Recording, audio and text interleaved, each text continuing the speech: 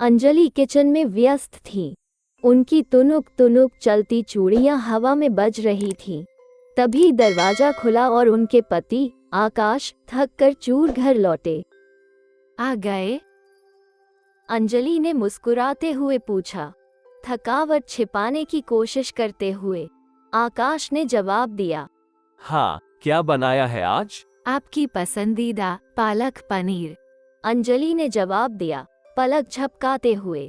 खाना खाते समय आकाश अंजलि को ध्यान से देख रहा था। अंजलि को लगा जैसे वो कुछ जानता है, पर क्या? वह तो सावधान थी, हर चीज को छिपाने की कोशिश करती थी। रात को जब अंजलि सो गई, आकाश उठा और बालकनी में चला गया। चांद की रोशनी में उसने धीरे से कहा, मुझे पता है अंजलि, तुम कौन हो? अंजलि चौंक कर उठी। वो बालकनी में खड़ी थी, हवा में लहरात साड़ी पहने। उसके चेहरे पर एक उदास मुस्कान थी। आप कैसे जानते हैं? अंजलि की आवाज फंसी हुई थी।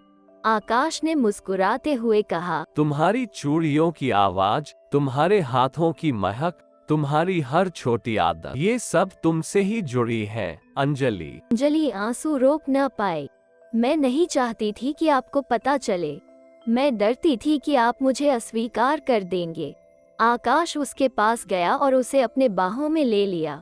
तुम मूर्ख हो, तुम मेरी पत्नी हो, चाहे जिंदगी में या मौत में।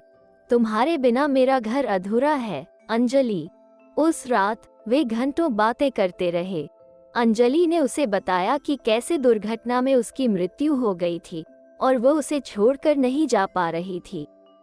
आकाश ने उसे वादा किया कि वो उसे हमेशा याद रखेगा और जब तक वो इस दुनिया में है, वो उसके लिए हर रोज पूजा करेगा। सुबह जब अंजलि उठी तो वो अपने बिस्तर पर थी। आकाश उसके बगल में सो रहा था। उसकी आंखों में आंसू थे, पर उसके होठों पर एक मुस्कान भी थी। वो जानती थी कि भले ही वो भूत थी, उनके बीच का प्यार कभी अमर रहेगा।